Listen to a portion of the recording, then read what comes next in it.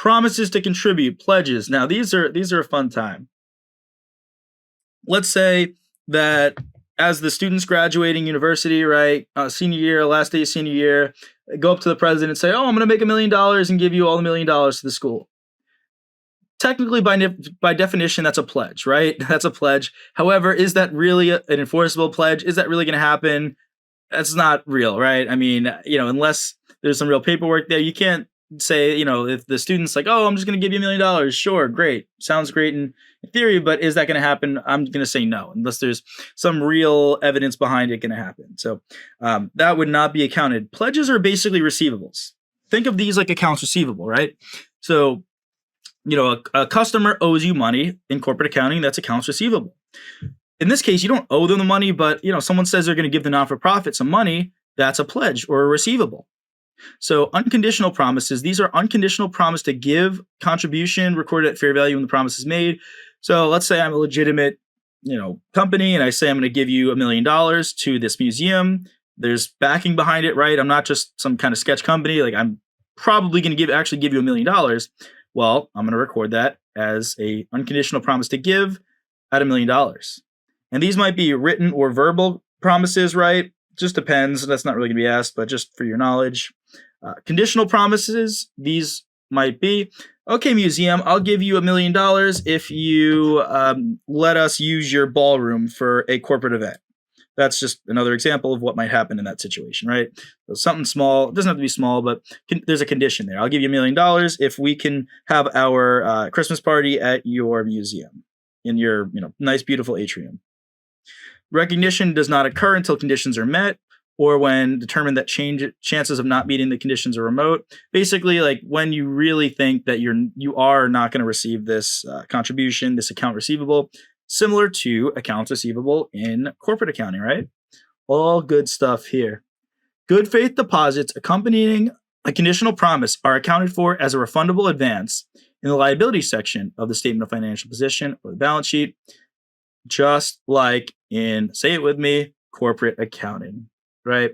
So this is going to be a debit to cash, an increase in an asset, refundable advance. This is a liability, just like unearned service revenue or holding a security deposit, something like that. Conditional promises are subject to resolution of a contingency, meaning you got to resolve the contingency. If in the museum example, sure, the museum needs to let the company use its ballroom, right? That's resolving a contingency. Condition must be resolved before pledge is recognized as revenue or gain. That $1 million being given to the museum, well, we can't recognize it as anything important until we actually let the company use our ballroom. Conditions are not synonymous with donor restrictions.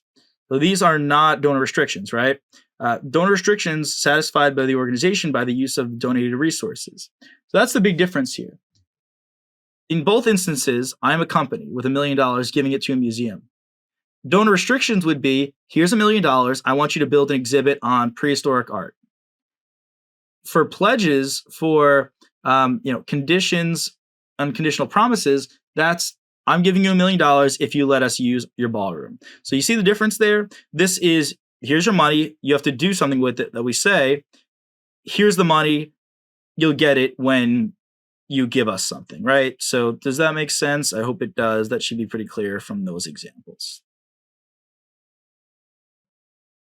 All right, what about multi-year pledges? So I say I'm going to give you $1 million in 3 years, not just 1 year, right? Receivables generally are 1 year. What about multi-year pledges? So multi-year pledges are recorded at net present value at the date the pledge is made, right? Time value money, we need to use our present value factors.